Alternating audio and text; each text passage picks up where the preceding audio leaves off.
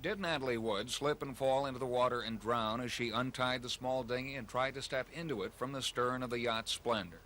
Or did she survive the fall and cling to the small inflatable dinghy as it floated in Isthmus Cove in the dark? Could she have been rescued if county lifeguards had been called when she was first discovered missing?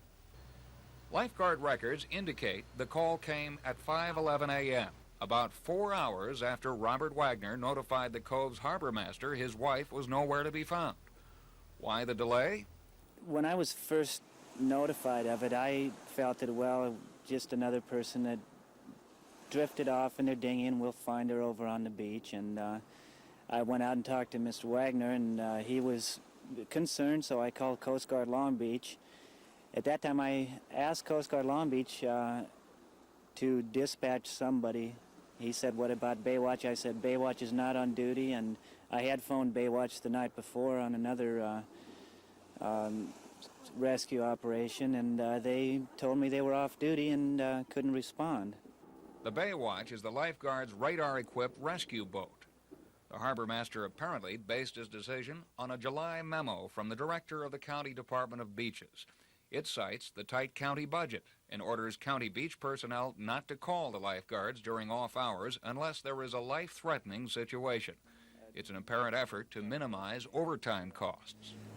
They do have a little better equipment than we have. They're trained as paramedics and search and rescue crew.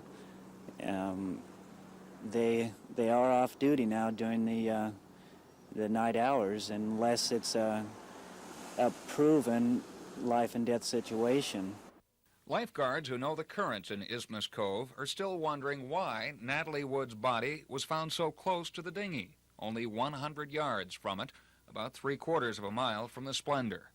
They say bodies usually travel with the ocean current. Boats are pushed along by the wind.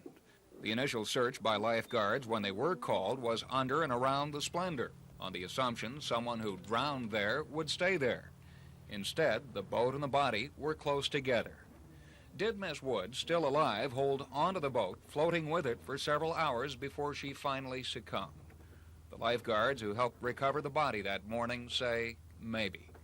Here at the Los Angeles County Coroner's Office, the assistant coroner disagrees. He says Miss Wood died within minutes of falling into the water. He says no one could have saved her unless it were within those few precious minutes. We do know that when the dinghy was found, the key switch was off and the gear was in neutral. So again, based on what we have, we believe, and no one knows for sure, but we believe that the accident occurred right at the end of the yacht. And that she died within minutes of falling into the water at around 12:45. That's correct. One boater in the area that night claimed to have heard a woman screaming for help around midnight. It's possible that she could have screamed and no one heard her, but to last for that period of time, I personally would find it difficult to believe.